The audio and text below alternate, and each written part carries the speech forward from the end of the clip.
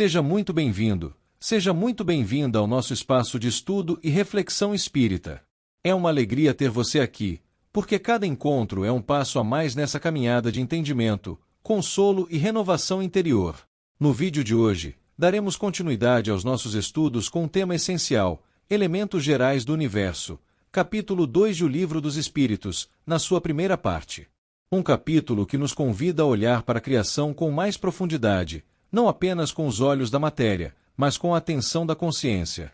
Aqui, a doutrina espírita nos ajuda a organizar ideias, ampliar horizontes e perceber que nada existe ao acaso.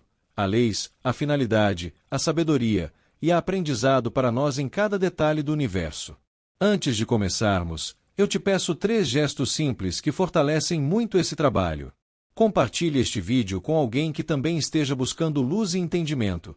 Inscreva-se no canal para seguir conosco nessa jornada de estudos, e ative o sininho para não perder os próximos capítulos e temas que estamos preparando com tanto carinho.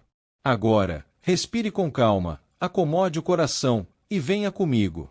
Porque estudar o Livro dos Espíritos não é apenas adquirir conhecimento, é abrir espaço para que a verdade nos eduque por dentro. Vamos começar. O limite do que o homem pode saber. Kardec abre o tema com uma disciplina intelectual.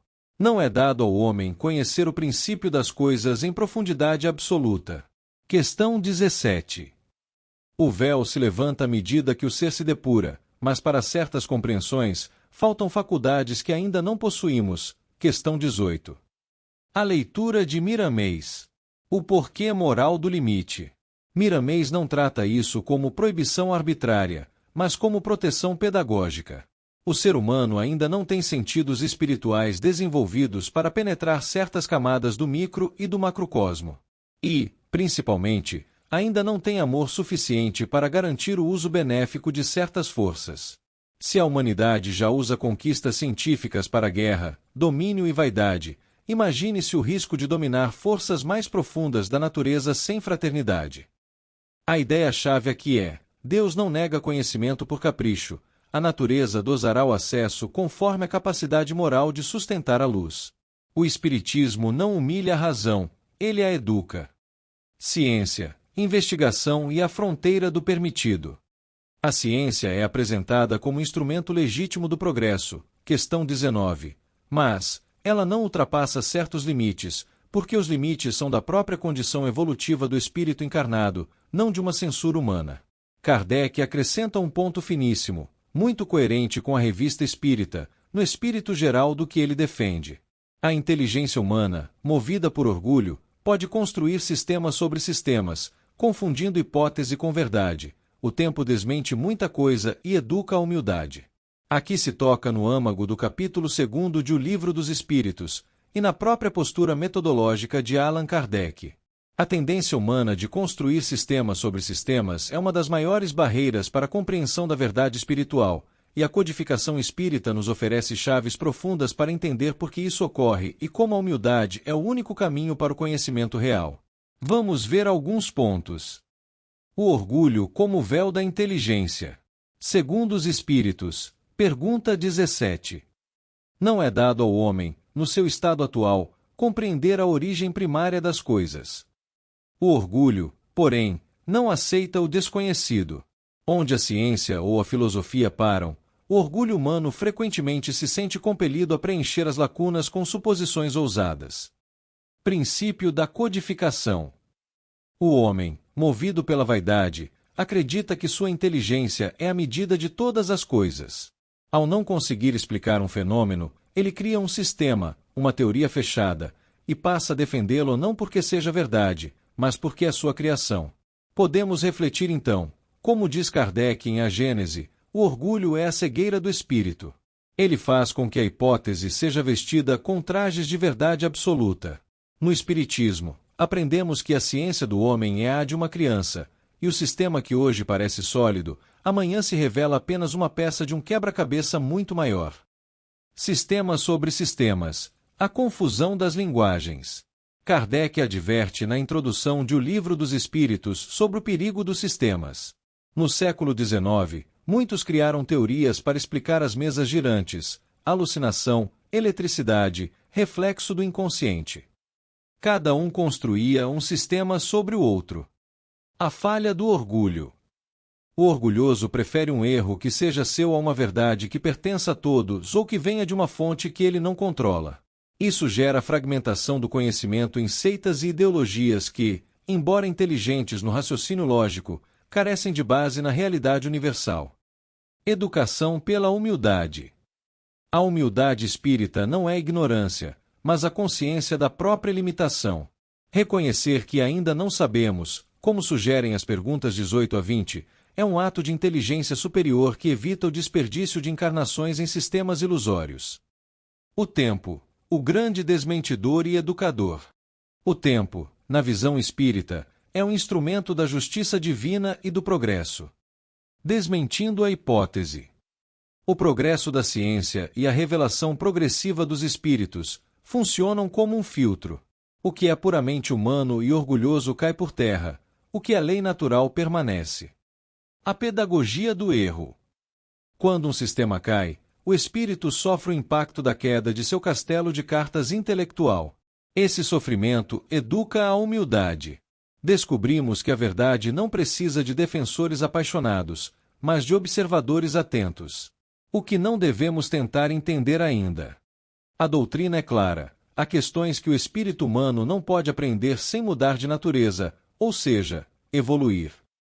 O erro do orgulho é querer arrombar as portas dos mistérios divinos antes de ter a chave da moralidade. Conhecimento versus moral. A inteligência sem moral constrói sistemas opressores ou ilusórios.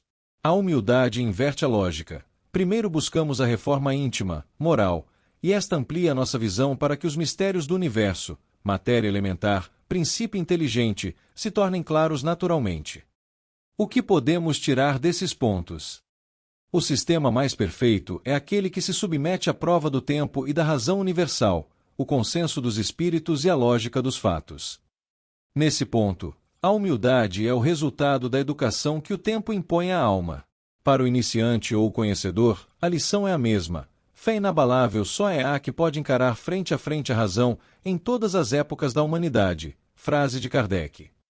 Mas essa razão deve ser humilde o suficiente para saber que a luz que enxergamos hoje é apenas um reflexo do sol que ainda iremos alcançar. Revelação por vias não científicas. Além do método científico, pode haver comunicações de ordem mais elevada, quando Deus julga útil. Na questão 20 do Livro dos Espíritos isso fica bem claro. Aqui, o Espiritismo coloca o intercâmbio como possibilidade natural, mas não como licença para a fantasia. Kardec, na codificação, estabelece o critério do bom senso. Revelação séria não deve destruir a razão, deve instruir, consolar e melhorar. E o Espiritismo se propõe a ser uma fé raciocinada. Aceita-se o que resiste ao exame. Então, a ciência investiga o mundo sensível. A revelação pode ampliar, mas sem dispensar critério. E pela moral define-se o conhecimento que vira remédio ou veneno. Deus, Espírito e Matéria. Os três princípios do universo. Temos aqui o que se inicia na questão 21, mostrando que Deus nunca esteve inerte, e culminando nas questões 27 e 28, onde ele estrutura claramente esses três princípios, matéria, espírito e Deus. Quando refletimos sobre matéria inerte e matéria inteligente, aqui de fato temos a convergência para a estrutura geral do universo. Este é um dos pontos mais profundos e estruturantes da doutrina espírita. Nas questões 21 a 28 do Livro dos Espíritos, Allan Kardec, sob a orientação dos espíritos superiores, estabelece a ontologia espírita, do estudo do ser e da realidade. Para nos aprofundarmos, vamos dividir essa estrutura didaticamente, conforme a orientação da codificação. 1. A atividade incessante de Deus. Questão 21. O texto inicia desconstruindo a ideia de um Deus que criou o mundo e se aposentou. Princípio da codificação. Deus nunca esteve inerte. A criação é incessante.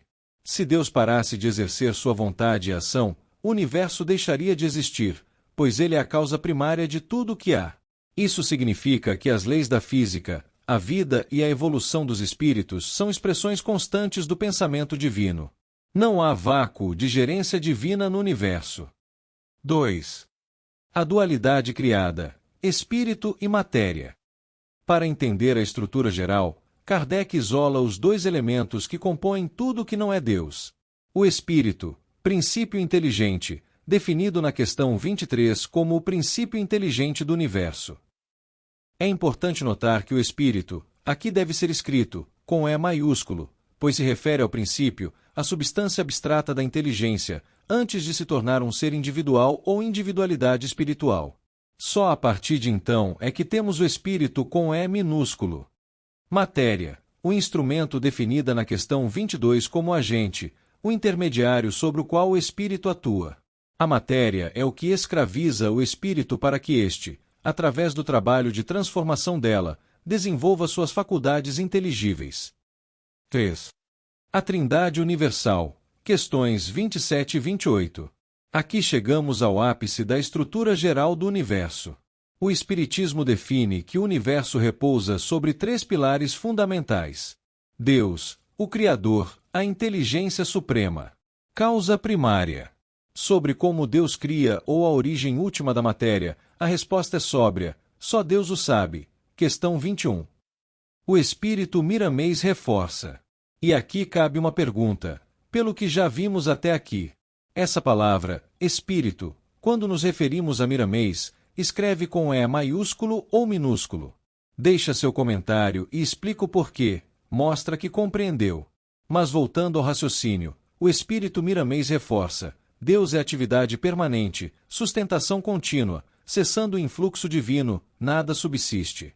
A ideia de um Deus ocioso não cabe na razão. Espírito, o princípio inteligente, quem age.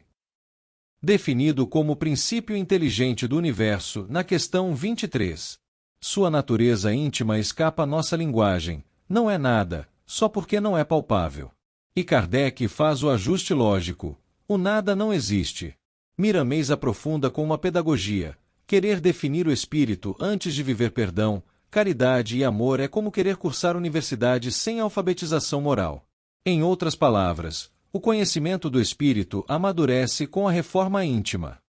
Matéria, o princípio material, sobre o que se age.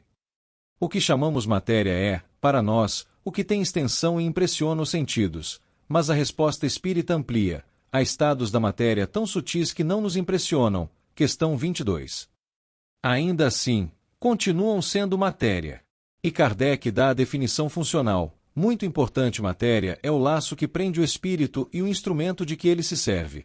Aqui nasce uma visão prática: matéria não é maldição, é instrumento de aprendizado. O problema não é a matéria, é o uso moral que o espírito faz dela. O intermediário necessário. O fluido universal. O elo entre espírito e matéria. O fluido universal está na questão 27. É esta peça que costura todo o capítulo. Kardec apresenta: além de Deus, espírito e matéria, temos o fluido universal, intermediário entre o espírito e a matéria grosseira. Ele pode ser considerado material num certo sentido, mas é matéria em estado mais perfeito e sutil. Ele dá origem às diversas formas de forças conhecidas: eletricidade, magnetismo, etc. seriam modificações desse fluido. Miramês insiste na beleza e na responsabilidade dessa visão. O universo não é vazio, é um campo vivo de forças e permutas. A mente e o sentimento do espírito modelam energias sutis, o que ele associa ao magnetismo, à ação moral sobre fluidos e ao papel do amor como qualidade organizadora. Foquemos em um ponto da maturidade espírita: fluido universal não é licença para superstição, mas uma hipótese doutrinária coerente com a ação do espírito sobre a matéria. A existência do perispírito, como envoltório semimaterial. Os fenômenos mediúnicos e magnéticos. E a ideia de gradações infinitas da matéria. Kardec faz uma observação científica e filosófica brilhante: se o espírito é imaterial e a matéria é bruta, como eles se tocam? A explicação do fluido universal, matéria elementar primitiva, responde à pergunta. Ele está entre o espírito e a matéria.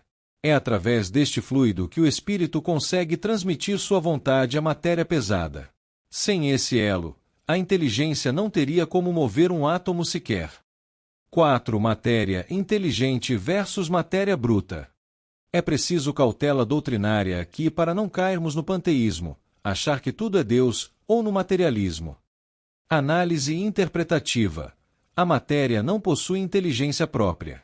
O que chamamos de matéria inteligente, como o corpo humano ou sistemas biológicos complexos, é na verdade, matéria organizada e animada pelo princípio vital, que também deriva do fluido universal, sob o comando de um espírito.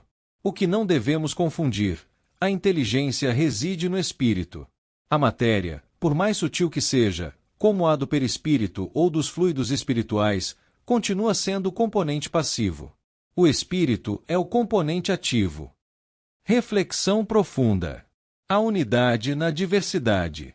A profundidade deste ensino revela que, embora existam 3 princípios, há uma harmonia perfeita.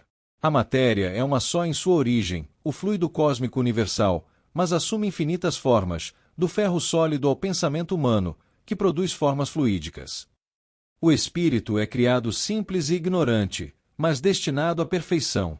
O universo não é um caos, mas um organismo vivo onde a matéria serve de degrau para a ascensão do espírito em direção a Deus. Como entender esses ensinamentos? Devemos olhar para o universo não como coisas separadas, mas como um contínuo. A ciência estuda as propriedades da matéria. O espiritismo estuda a natureza do espírito e a sua relação com a matéria, sob a égide de Deus. Se ignorarmos qualquer um desses 3 elementos, nossa visão da realidade será sempre parcial e incompleta. Espírito e inteligência. Não confundir atributo com essência, e temos que analisar com carinho a questão 24. A inteligência é atributo essencial do espírito, mas não é a totalidade do espírito. Miramei chama atenção para um erro comum: confundir efeitos, inteligência, razão, escolhas, com a causa, o ser espiritual. Ele amplia ainda mais: há sinais de inteligência em muitos níveis da natureza, organização, instinto, metabolismo, sabedorias nos reinos. Isso não iguala tudo ao homem, mas quebra o orgulho humano e favorece a ideia de continuidade evolutiva. E para não termos confusão nesse sentido, vamos aprofundar o assunto. A essência versus o atributo. Na questão 24, Kardec pergunta: a inteligência é um atributo essencial do espírito? A resposta é direta: sim, mas não é o próprio espírito. O que podemos tirar daí? O princípio espírita. O espírito é o ser, a individualidade real e imperecível. A inteligência é uma das suas faculdades, como a luz é um atributo da lâmpada, mas não é a própria lâmpada. Análise interpretativa. Se o espírito fosse apenas inteligência, ele seria um conceito abstrato. Como ele é um ser, ele possui a inteligência como uma ferramenta de ação e percepção. Além da inteligência, o espírito possui vontade, sensibilidade e consciência moral. Causa e efeito, o ser e suas manifestações. A confusão apontada por autores como Miramês, e corroborada pela lógica kardeciana, ocorre quando olhamos para a função e esquecemos a fonte. O erro: achar que a inteligência surge da organização da matéria ou que o acúmulo de dados define o espírito. A realidade: a inteligência, a razão e as escolhas são efeitos inteligentes que denunciam uma causa inteligente que é o espírito. O espírito preexiste e sobrevive a essas funções. Um espírito pode estar em um estado de turbação ou em uma encarnação com limitações cerebrais, como na deficiência intelectual, onde sua inteligência não se manifesta plenamente, mas sua essência como espírito permanece intacta. A inteligência nos reinos da natureza. A doutrina espírita, especialmente em A Gênese, explica que a natureza revela uma inteligência admirável em todos os seus níveis. Instinto versus inteligência. Kardec explica que o instinto é uma espécie de inteligência não raciocinada, uma guia segura provida pela providência divina para os seres que ainda não possuem o livre-arbítrio plenamente desenvolvido. Continuidade evolutiva. O princípio inteligente, que um dia será espírito humano, estagia nos reinos inferiores. No mineral, há a força de coesão e a organização molecular, uma vontade química. No vegetal, há o metabolismo e a reação a estímulos, sensibilidade sem consciência. No animal, há o instinto, a memória e as primeiras manifestações de inteligência limitada. No homem, a inteligência torna-se razão, consciência de si e responsabilidade moral. A quebra do orgulho humano. Essa visão de continuidade é o que se menciona com o fim do orgulho. O homem não é um ser à parte na criação, mas o herdeiro de um longo processo de aprendizado cósmico. Princípio da codificação. A diferença entre a inteligência do animal e a do homem é de grau e de natureza moral. Enquanto o animal vive para o presente e para a conservação, o homem vive para o futuro e para o infinito. O perigo de não entender essas diretrizes. Se o homem se julga o único inteligente, ele se isola da natureza. Se ele entende que a inteligência permeia tudo como um atributo do princípio inteligente em evolução, ele desenvolve fraternidade por todos os seres. O que devemos concluir então? Não devemos confundir a inteligência da célula ou o instinto do animal com a alma humana individualizada. O que existe é uma unidade de origem. O princípio inteligente se elabora, se individualiza e se torna espírito apenas após percorrer essa escala. Resumindo, a inteligência é o brilho, o espírito é a estrela. A inteligência pode oscilar conforme o instrumento, corpo físico, mas o espírito segue sua trajetória de progresso. Compreender isso nos faz olhar para a natureza com reverência e para nós mesmos com a responsabilidade de quem já recebeu o dom da razão para governar os instintos. Espírito e matéria, distintos, necessários e solidários, questões 25 e 26. Aqui surge uma frase que muda a forma de enxergar o mundo. Espírito e matéria são distintos, mas sua união é necessária para intelectualizar a matéria. Questão 25. Isso não significa que a matéria pensa, significa que a presença do princípio inteligente organiza, dinamiza, dirige, retirando a matéria do estado de dispersão e conduzindo-a a formas úteis à evolução. Novamente vamos analisar de forma mais minuciosa porque talvez essa é, sem dúvida, uma das passagens mais ricas e, por vezes, menos compreendidas da obra de Kardec. Para explicar o que significa intelectualizar a matéria, precisamos mergulhar na relação de interdependência entre os dois princípios do universo, conforme as questões 25 e 26 de O Livro dos Espíritos. A definição de intelectualizar a matéria. Intelectualizar a matéria não significa que a matéria passe a ter inteligência própria. Como vimos, a inteligência é atributo do espírito. Intelectualizar a matéria é o processo pelo qual o espírito imprime nela as leis do pensamento, da ordem e da finalidade. Princípio da codificação. Na questão 25, os espíritos afirmam que o espírito e a matéria são distintos, mas a união de ambos é necessária para dar inteligência à matéria, em algumas traduções, intelectualizá-la. Análise interpretativa. A matéria em estado bruto é passiva e inerte. Quando o espírito se une a ela, desde as formas mais simples, ele passa a organizá-la. A matéria, então, deixa de ser um aglomerado caótico de átomos e passa a servir a um propósito inteligente. Chegamos ao fim da primeira parte do nosso estudo sobre Elementos Gerais do Universo do Livro dos Espíritos. Hoje, demos passos importantes para compreender, dentro da visão espírita, que o universo não é apenas um cenário vazio e frio. Ele expressa leis, ordem, finalidade, e nos convida a pensar com humildade sobre a matéria, o princípio inteligente e a presença de Deus como causa primeira de todas as coisas. E talvez a maior lição desta etapa seja justamente essa: nem tudo cabe ainda, na nossa compreensão, mas tudo pode caber no nosso esforço sincero de aprender. O Espiritismo não nos chama a acreditar no escuro, e sim a estudar, refletir e sentir com responsabilidade, lembrando que conhecimento espiritual não é só informação, é transformação. Se esse conteúdo te fez bem, te ajudou ou te trouxe novas perguntas, eu te peço 3 gestos simples que fortalecem muito este trabalho. Inscreva-se no canal para seguir conosco nessa caminhada. Ative o sininho para não perder os próximos vídeos e a continuação do capítulo, e compartilhe com alguém que também esteja buscando entendimento e serenidade. Agora, antes de encerrarmos, vamos fazer uma prece rápida, com simplicidade e sinceridade. Senhor Deus, inteligência suprema e causa primeira de todas as coisas, nós te agradecemos por este momento de estudo e recolhimento. Ajuda-nos a compreender, pouco a pouco, as tuas leis que sustentam o universo. E, sobretudo, aplicá-las em nossa vida com mais humildade, bondade e equilíbrio. Que os bons espíritos nos inspirem, fortaleçam nosso ânimo para o bem e iluminem nossa consciência para que o conhecimento se transforme em paz e caridade. Fica conosco, hoje e sempre. Que assim seja. Até breve.